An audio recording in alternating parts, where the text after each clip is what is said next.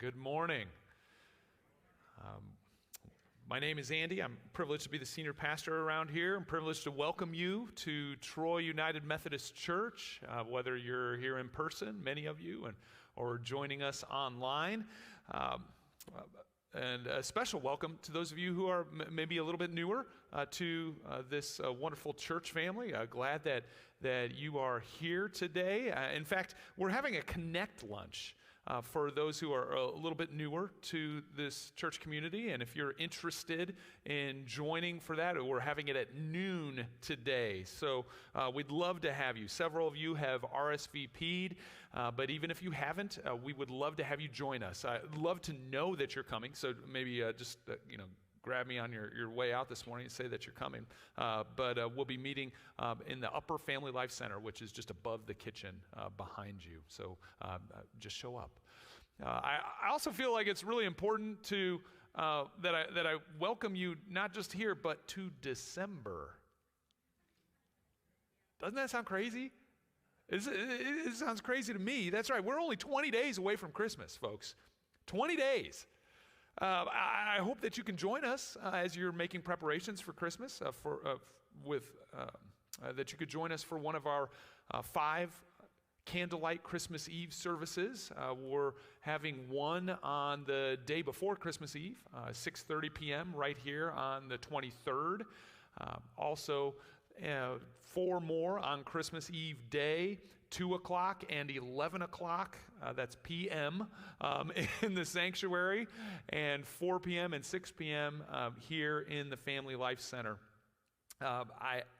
And if you're joining us online or you'll be traveling and would like to join us online, the 4 p.m. and the 11 p.m. services will be online. You may even want to come to an earlier one, and then if you just can't get yourself out of bed at 11 p.m.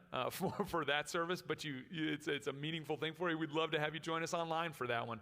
It is an awesome service there leading into Christmas Day. I cannot believe that our first Christmas Eve service is only 18 days away. But I don't know about you.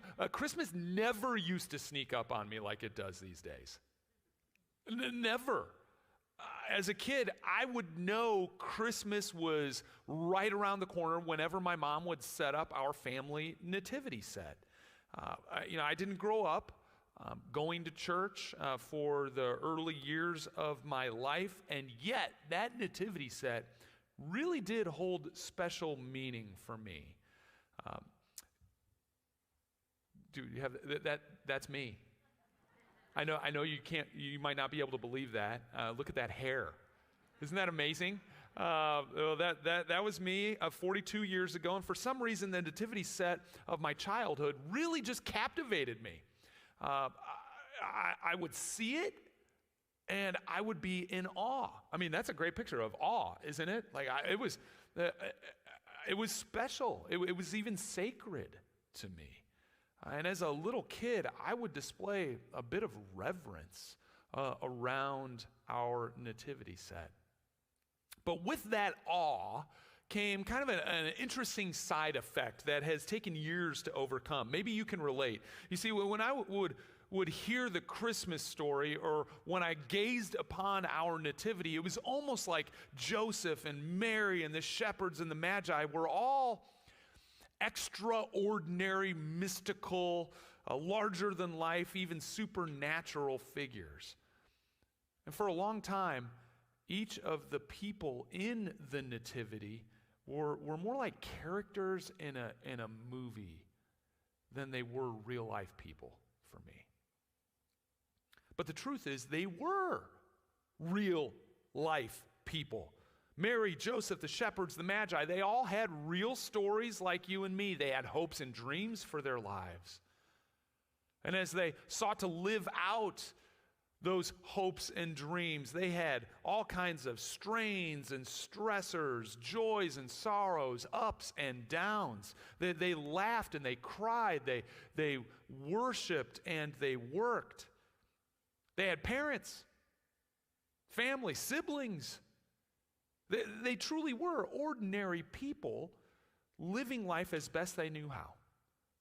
Before the Bible tells us that God intersected their lives, setting them on a new trajectory that would ultimately change the world.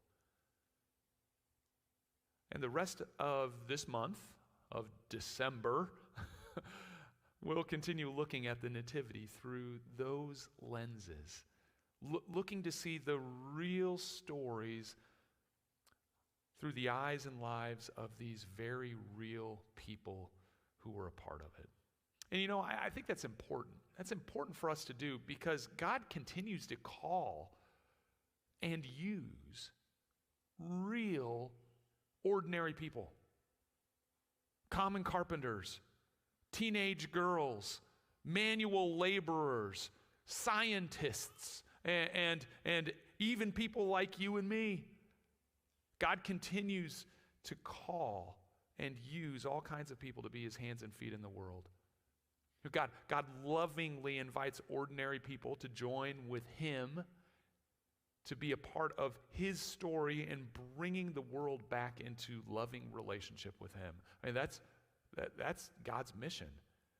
That's God's goal, to help you see just how much he loves you, to have you respond to his love, and then invite others to respond to his love also. Just like he invited those in the Nativity. It is the same today. God's mission is the same today as it was 2,000 years ago.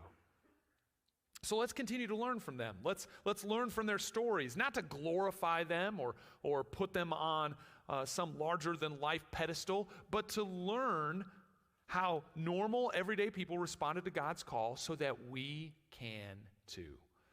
During this series, I hope that you'll begin to notice a theme. Week in and week out, that God called everyone in the Nativity, everyone who came to the foot of the manger, to the child Jesus, to step out of their comfort zones, to risk something in order to follow God.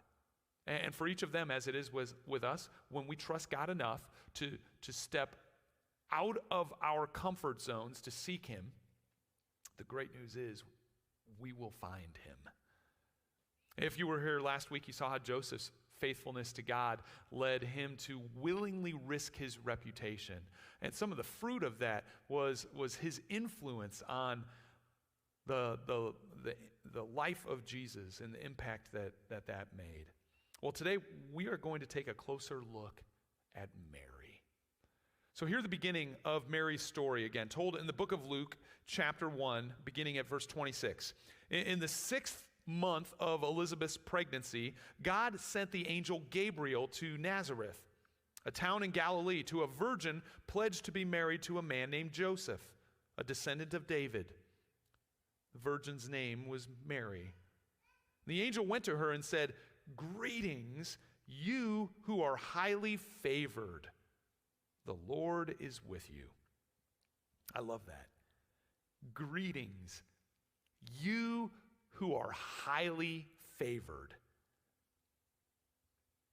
But the question I want us to wrestle with today is, was Mary highly favored?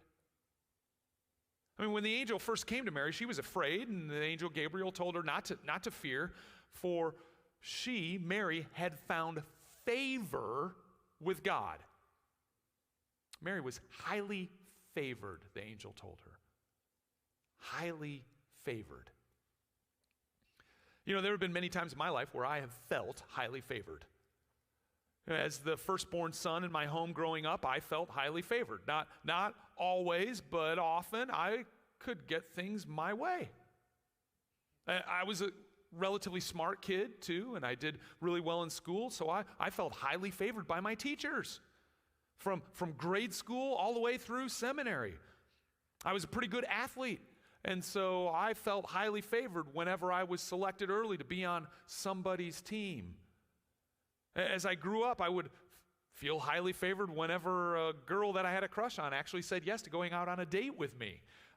Truth be told, I rarely felt highly favored in that realm of my life until Amy Jo said yes on Christmas Eve 22 years ago.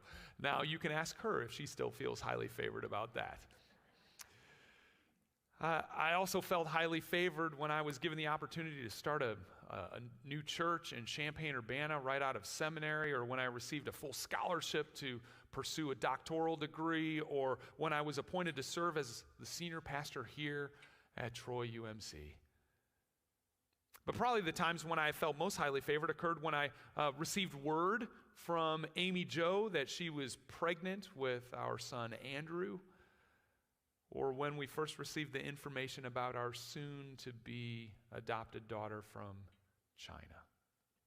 You know, I can point to many, many times in my life when I have felt highly favored by God. And as I reflect on those, each of those times that come to my mind were times when things were going my way.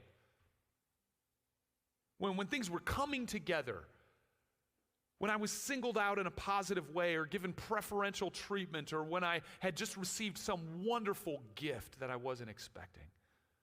When things were going according to my plans, I felt highly favored. What about you? When do you feel highly favored? Are you maybe a little bit like me? Do you feel highly favored when things are going your way? I think that's natural. I also think it's natural to believe that the reverse is true too. That when things aren't going your way, when things are hard or painful or difficult, you may feel that you aren't highly favored by God. Like when you're at a time in your life when it just isn't easy to make friends and you feel lonely. Or when people pick on you, look down on you. It's hard to feel favored if you're struggling with infertility. Or when the child that you have been blessed with is the only one who doesn't seem to sleep through the night. Or when they get a little older and your kid is the one who's making bad decisions and causing you and others pain and heartache. I mean, how can you be highly favored by God when you're betrayed, when your spouse cheats on you, or when someone you love dies, or when you lose your job, or when you're struggling financially, or when you're desperately waiting for God to bring just that right person into your life to spend the rest of your life with, but it never happens? Or when you hear the words, it's cancer. You know, it's natural to feel like you aren't highly favored by God when things aren't going your way. When time after time things don't work out, when frustration and trials are a part of your everyday life. Well, maybe you're here today or joining us online and you do not feel highly favored by God. And if that's the case for you today, I am really, really glad that you're here, because I want to help set the record straight on what it means to be highly favored by God. And to find out, we're going to take a look at the life of Mary, the one who was called by the angel highly favored by God.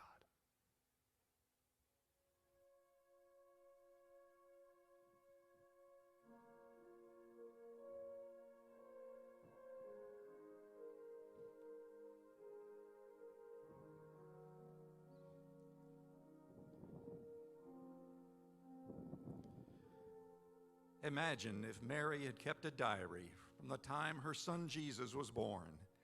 She watched him grow into a man. She witnessed the trials and struggles he faced. What were her dreams for her son? Did she truly understand his future? Because of all the suffering and heartache she endured, did Mary believe she was highly favored among women, as the angel had told her?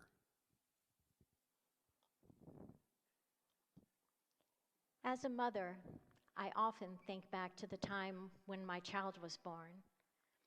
But time goes by so quickly, and soon they are grown. But this birth I will never forget, my beautiful little boy, who would one day carry the weight of the world upon his shoulders. Do you have a diary? I love reading through mine. It's full of so many memories, times of sadness, and times of joy. Would it be okay if I read a few pages of my diary to you today? We'd been waiting for the Messiah to come for us, my family, our tribe, the whole nation. I always knew he'd come, but, well, let's be honest. It's not like I'm from Jerusalem or someplace special. I am just a young girl from Nazareth, and like everyone says, does anything any good ever come out of Nazareth? When the angel appeared, I knew that I must be dreaming. Then when I finally realized that it was real, I thought for sure this angel had come to the wrong house with the announcement. But if this was what God wanted, then who was I to tell him he was wrong? I was going to give birth to the Son of God. I was Mary, a simple peasant girl, but the angel told me I was highly favored by God. How could this be? Today I know the angel said was true. There is no hiding a pregnancy in a town as small as this. I slipped into my room as the tears flowed from the sharp words of the local gossips. Then at my lowest point, I felt a gentle nudge of a foot inside me. New life filling me with joy and peace. I found myself singing. Yes, singing. My soul magnifies the Lord, and my spirit rejoices in God, our Savior. Today I am reminded of how much I love Joseph. Bless that wonderful man. He could have joined in with everyone else, sent me away, even had me killed. But he never broke his promise to marry me. So when he traveled to Bethlehem for the census, I was honored to ride along by his side, even with all the discomforts of being 9 months pregnant. The baby was finally born last night. It was an exhausting ordeal from the first. Joseph walked and I rode that poor donkey on the long journey to Bethlehem. When we were turned away at the inn, Joseph was crestfallen. He looked like he couldn't go another mile. I knew I couldn't travel any further. The labor pains were coming closer and closer together. I began to feel the shadow of panic creeping in. When the innkeeper allowed us to use his stable, I was grateful. When we entered, the cold darkness and foul smell of the animals made me question whether I was truly favored by God, as the angel had said. Or had I done something to fall out of favor? The next few hours were delirium.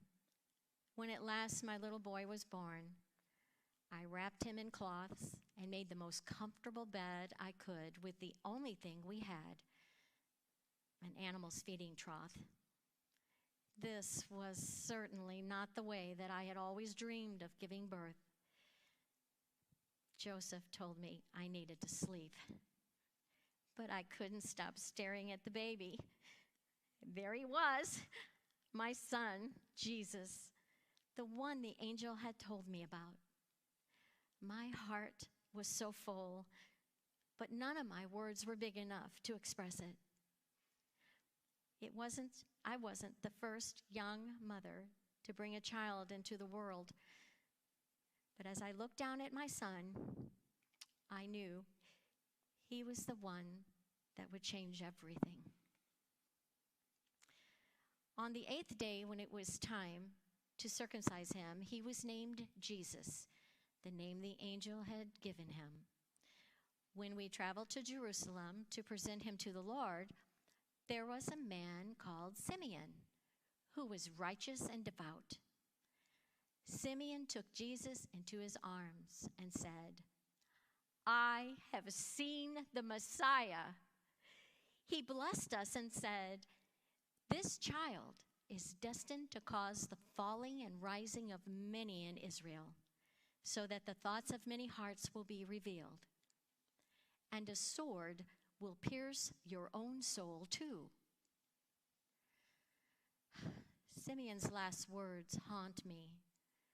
A sword will pierce your own soul too. But what would come of it?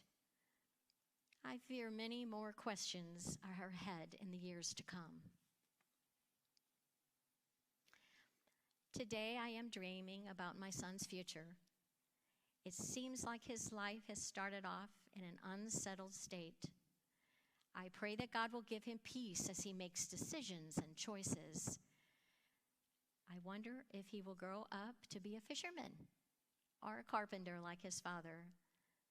Somehow I feel that he is going to change the hearts of many people. After all, he is the Son of God, so surely he will have a power that I cannot seem to understand. Deep in my heart, I am afraid. God, protect him. Sometimes, though, I have dreams, and they frighten me. It is hard to read many of the entries in my diary. I was so proud of my son. He did many wonderful things, and yet he was still ridiculed and mistreated by the ones who knew him well. But they didn't know who he was. I think I will skip to a later date in my diary that fills my heart with joy. Here it is.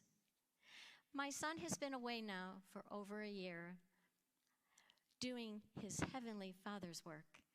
I miss him dearly. I think of those days long ago when I was carrying him. I was mocked, and the whispers continued for years after he was born. I think of how different my life would have been had the angel not visited me that night. I could have led a quiet life in Nazareth. But what if I'd never seen that little boy grow into a man? I've been afraid for him all my life. Yet, I wouldn't have traded a moment of it. I may never see him on earth again. I don't know. But once there was a gentle nudge of a baby's foot inside me that let me know there was new life and that God was truly in control. And for that reason, I know the angel was right. I am highly favored, and that gives me joy.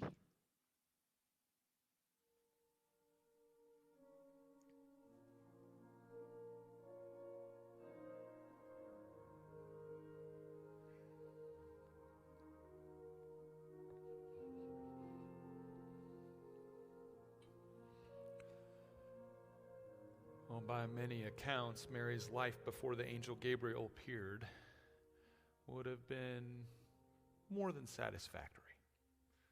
She was recently engaged to become married to a carpenter, Joseph. Their marriage was right around the corner, and nobody knows if this was something that Mary was really looking forward to or if this was something that she was dreading. We don't know. But we do know from cultural circumstances that it would have been normal for Mary to be engaged and married. And so her life before the angel Gabriel arrived was basically normal. Pretty comfortable, nothing out of the ordinary, nothing too favorable or unfavorable. But based on what the angel told her, those of us who hear the Nativity story today can easily see why Mary would be called highly favored by God. I mean, what was it that the angel Gabriel told her? That she would become the mother of the Son of God. That she would bear the Savior of the world. What better way would you have to describe the one who would be the mother of Jesus? Of course, we would call her highly favored.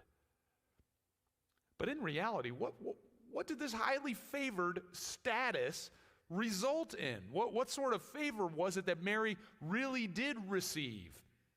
Probably not the favor that you and I would readily claim. Let's look at some of those events in Mary's life and see if we would call them highly favored. You've seen a version of some of them. After soaking in the truth of what the angel had told her, Mary was confronted with the harsh reality of her situation. I mean, she was pregnant and unmarried. Joseph was a just man and resolved to end their engagement quietly. This spared her life, but it wouldn't save her from the shame that she would experience. It took another visit from another angel to prevent Joseph from leaving her. And then at the height of her pregnancy, Mary traveled nearly 100 miles over rough terrain to the town of Bethlehem. Not because she wanted to, or even because Joseph wanted to, but because of the commands of the foreign oppressing masters of her country. And there in Bethlehem, the pains of childbirth would come upon her. I mean, think about it. This was a strange and unfamiliar place. Nothing went her way. There was no room for them in a home. And so she gave birth in the most uncomfortable of circumstances, in a dirty stable next to farm animals. And I wonder how many of us would endure such a challenge and still be thinking of ourselves as highly favored by God. On the 8th day of Jesus' life, when she and Joseph took Jesus to the temple to have him dedicated to God and circumcised, as was custom, prophets told Mary that a sword would pierce her soul. And then there were the threats on her baby's life. Not just common illnesses that caused many infant deaths 2,000 years ago, but death threats made by the evil ruler Herod. And to avoid the murder of her baby, Mary and Joseph had to uproot their lives again, flee to Egypt to hide until Herod was dead. I mean, Mary had heard about those other babies who died. You know, we don't know much about the next couple of decades of Mary's life, but how easy could it be to raise the Savior of the world? I mean, really, mothers, you're uncertain enough as it is, let alone to think about how to get the Son of God to obey you. We do know that Mary had to let go of her son and let him follow God's path for himself. In reading the Bible, Mary does appear in Jesus' story a handful of times, just enough for us to know that she believed in his destiny and was concerned about his welfare. And she had to watch from a distance this beloved son of hers face unbelievable danger. Yes, there were some people who loved him, and that must have made her so proud. But many others, in fact, the more powerful ones, regarded her son with increasing hatred, and in the end, a sword did pierce her soul. And one day her son would be taken by the priests and rulers of his very own nation, accused and tortured before the Roman governor, led to a hilltop amidst a jeering crowd, and there be crucified upon a cross. You know, Mary was there, obviously, we celebrate. Mary was there when Jesus was born. But she was also there witnessing the injustice and agony of his death. She even heard her son, in some of his final words from the cross, ask a beloved disciple to care for her. This was the path that followed the angel Gabriel's greeting. This was the favor of God. You know, if Mary wanted things to go her way, if she wanted an ordinary life, one defined by comfort and security, she surely didn't get it. If she had calculated God's favor or lack thereof by whether or not things in her life would go without challenge, then she would have to say, when it was all calculated and added up, that this promise of favor from the angel Gabriel really was just a dream. But the truth goes much deeper. For Mary and for us. The world thinks that God's favor is found in ease and prosperity. Heck, even some very religious people promise such things if God is in your life. And yes, God may bless your life with some wonderful things, but those are not synonymous with God's favor. Sometimes God's favor is revealed in the midst of challenges. Challenges that test your patience and your courage and even your faith. In fact, living into God's favor oftentimes requires us to sacrifice our comfort for God's greater purposes. So how will you respond when experiencing God's favor calls you to follow at the expense of your comfort? How will you respond when being obedient to God means taking the hard road instead of the easy one? I pray that you will respond as Mary did when the angel first visited her. Mary responded, "I am the Lord's servant, and I am willing to accept whatever he wants. May everything you have said come true." I am the Lord's servant. I'm willing to accept whatever he wants. Another translation says, "Here I am, the servant of the Lord." I mean, we count Mary blessed, don't we? We do. Right? The church throughout the ages has applauded, praised, even exalted Mary. And you know what? Her choices deserve to be praised. But before Mary could be exalted, she had to humble herself and sacrifice her comfort and follow God where he led.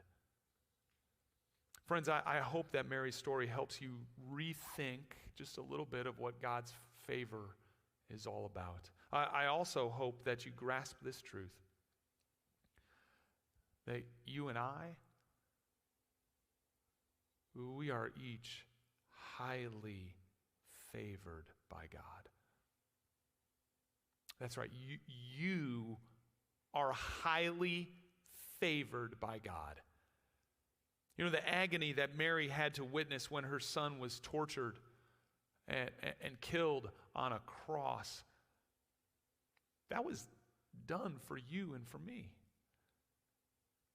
God loved us so much that he sent us his only son to give his life as a ransom for ours. And the Bible tells us that if we acknowledge our sin and receive the grace of Jesus and turn our lives, reorient our lives to follow him, then all of our rebellion, all of the eternal consequences for our disobedience is paid for. It's nailed to the cross on which Jesus died. God favors you. You might not believe that because of the circumstances of your life right now are particularly challenging. But friends, God's favor doesn't have to do with whether things are going well in your life or not. Look at the life of Mary. God's favor rests on you. Receive the gift of his grace and follow him. If you do, then like Mary, you will have a peace that surpasses all understanding, no matter what your situation. God can and will give you new life and the courage to sacrifice your own comfort for the sake of following him. Your blessing ultimately comes when you choose to live for God rather than for your own comfort. When you choose to follow his call wherever it leads, just like Mary did. Where is God calling you to follow him? Even though it's difficult. For some of you, it may be surrendering your heart to him, receiving the gift of his forgiveness and his grace because of what Jesus has done for you. It's not just enough to believe You have to receive his grace by surrendering your life to him.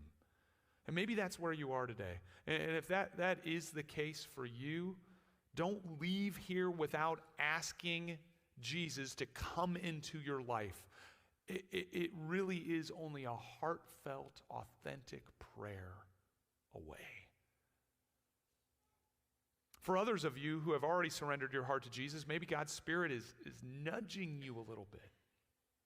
Is calling you to trust him, maybe in a particular area of your life, your relationships or your career, maybe your finances. Maybe God is calling you to surrender your pride in order to forgive someone who has betrayed you. Maybe God is asking you to risk your reputation like we talked about last week. Maybe he's calling you to go deeper into discipleship training as you follow him. How is God calling you to follow him even though it may be difficult?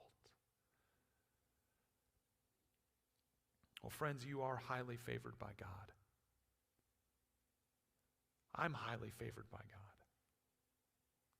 And it's only because Jesus, the most favored, the very Son of God himself, laid down his life for us. He sacrificed everything for God's mission in order to pour out undeserved favor on each of us, his grace on you and me so that we could be with him forever.